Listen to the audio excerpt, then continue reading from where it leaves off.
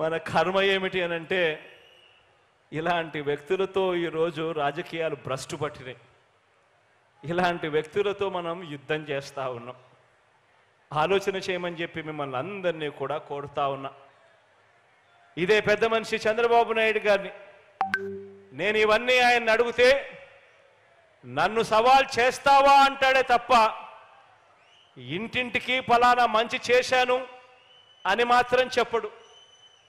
గ్రామ గ్రామానికి ఈ మంచి జరిగింది నా వల్ల అని చెప్పి తాను సమాధానం చెప్పలేడు.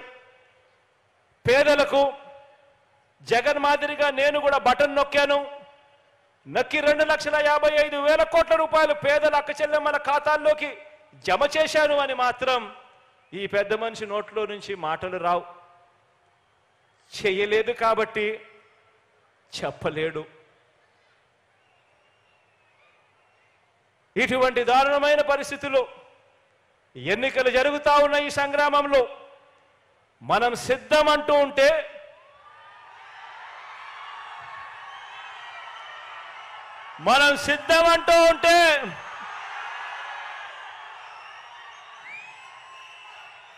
మరో వంక బాబు భార్య మా ఆయన సిద్ధంగా లేడు అంటోంది.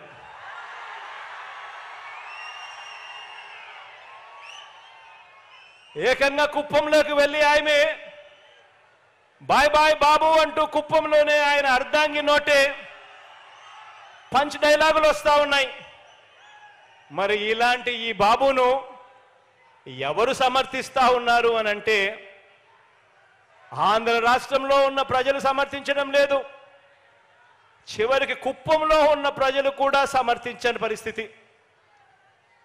కానీ ఇటువంటి బాబుకి ఎవరు సమర్థిస్తున్నారు అని అంటే ఏనాడు ఏపీలో లేనివారు, ఏపీకి రానివారు, వారి సొంత ఊరు ఏదంటే ఎవరికి తెలియని వారు, వారికి మన రాష్ట్రంలో ఓటే లేనివారు,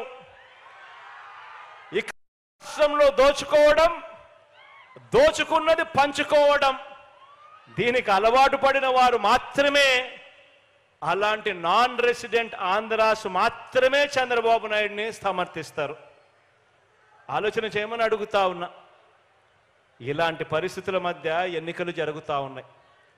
ఈ ఎన్నికల్లో ప్రతి ఒక్కరూ కూడా మీ అందరితో కూడా ఒకటే కోరుతా ఉన్నా, నాకు చంద్రబాబు నాయుడు గారి మాదిరి నాన్ రెసిడెంట్ ఆంధ్రాస్ మద్దతు నాకు లేదు.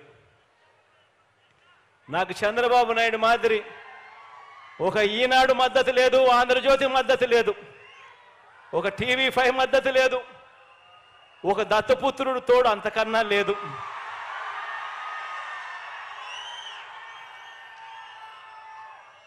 కానీ నేను మీ అందరితో కూడా కోరేది ఒకటే,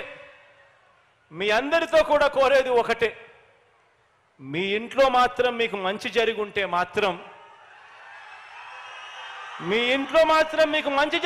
మాత్రం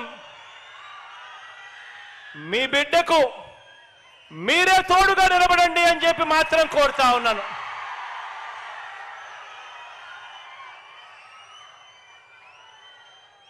నేను పైన దేవుడిని నమ్ముకున్నాను, కింద మిమ్మల్ని నమ్ముకున్నానే కానీ మధ్యలో దళారులను నేను నమ్ముకోలేదు, మధ్యలో బ్రోకర్లను నమ్ముకోలేదు, మధ్యలో ఉన్న ఇలాంటి వారిని అంతకన్నా నమ్ముకోలేదు. కాబట్టి మీ అందరితో కూడా ఒకటే చెప్తా ఉన్నా, మీ ఇంట్లో మంచి జరిగిందా లేదా అన్నది మాత్రమే కొలమానంగా తీసుకోండి. అబద్ధాలను నమ్మకండి. రాబోయే రోజుల్లో ఇంకా ఎక్కువ మోసాలు చేస్తారు అన్నది కూడా జ్ఞాపకంలో పెట్టుకోండి. మీకు మంచి చేసింది ఎవరు అన్నది మాత్రమే మీ మనసులో పెట్టుకుని, మీకు మంచి జరిగి ఉంటే మాత్రం మీ బిడ్డకు అండగా తోడుగా మీరే నిలబడండి అని చెప్పి మరొకసారి కోరుతూ,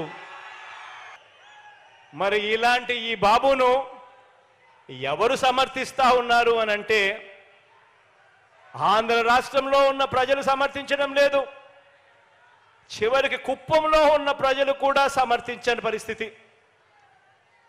కానీ ఇటువంటి బాబుకి ఎవరు సమర్థిస్తున్నారు అని అంటే ఏనాడు ఏపీలో లేనివారు, ఏపీకి రానివారు, వారి సొంత ఊరు ఏదంటే ఎవరికి తెలియని వారు, వారికి మన రాష్ట్రంలో ఓటే లేని వారు, ఇక రాష్ట్రంలో దోచుకోవడం, దోచుకున్నది పంచుకోవడం, దీనికి అలవాటు పడిన వారు మాత్రమే, అలాంటి నాన్ రెసిడెంట్ ఆంధ్రాస్ మాత్రమే చంద్రబాబు నాయుడిని సమర్థిస్తారు. ఆలోచన చేయమని అడుగుతా ఉన్నా. ఇలాంటి పరిస్థితుల మధ్య ఎన్నికలు జరుగుతూ ఉన్నాయి. ఈ ఎన్నికల్లో ప్రతి ఒక్కరూ కూడా మీ అందరితో కూడా ఒకటే కోరుతా ఉన్నా, నాకు చంద్రబాబు నాయుడు గారి మాదిరి నాన్ రెసిడెంట్ ఆంధ్రాస్ మద్దతు నాకు లేదు. నాకు చంద్రబాబు నాయుడు మాదిరి ఒక ఈనాడు మద్దతు లేదు, ఆంధ్రజ్యోతి మద్దతు లేదు, ఒక TV5 మద్దతు లేదు, ఒక దత్తపుత్రుడు తోడు అంతకన్నా లేదు.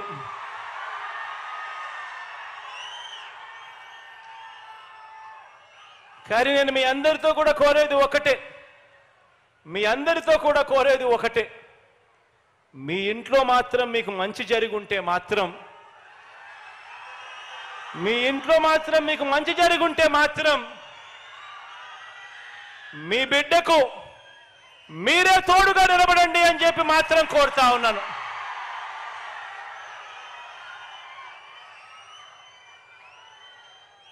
నేను పైన దేవుడిని నమ్ముకున్నాను, కింద మిమ్మల్ని నమ్ముకున్నానే కానీ మధ్యలో దళారులను నేను నమ్ముకోలేదు, మధ్యలో బ్రోకర్లను నమ్ముకోలేదు, మధ్యలో ఉన్న ఇలాంటి వారిని అంతకన్నా నమ్ముకోలేదు.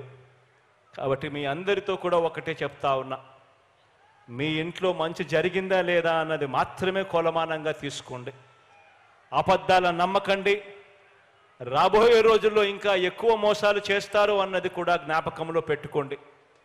మీకు మంచి చేసింది ఎవరు అన్నది మాత్రమే మీ మనసులో పెట్టుకుని, మీకు మంచి జరిగి ఉంటే మాత్రం మీ బిడ్డకు అండగా తోడుగా మీరే నిలబడండి అని చెప్పి మరొకసారి కోరుతూ, దేవుడి దయతో మీ అందరికీ కూడా ఇంకా మంచి చేసే పరిస్థితులు రావాలి అని, దేవుడి చల్లని దీవెనలు మన ప్రభుత్వం పట్ల ఇంకా ఎక్కువగా ఉండాలని మనసారా కూడా కోరుకుంటూ ఈ కార్యక్రమాన్ని ఇక ప్రారంభిస్తా ఉన్నాము. రాష్ట్ర వ్యాప్తంగా కూడా ఈ రిజిస్ట్రేషన్ చేసిన ఇళ్ల పట్టాలను ప్రజలకు పంపిణీ చేసే కార్యక్రమం ఇక ఈ రోజు నుంచి మరో 10 రోజుల పాటు ఈ కార్యక్రమం వరుసగా కూడా జరుగుతూ పోతూ ఉంటుంది అని చెప్పి కూడా సంతోషంగా చెప్తా ఉన్నాను. ఈ సందర్భంగా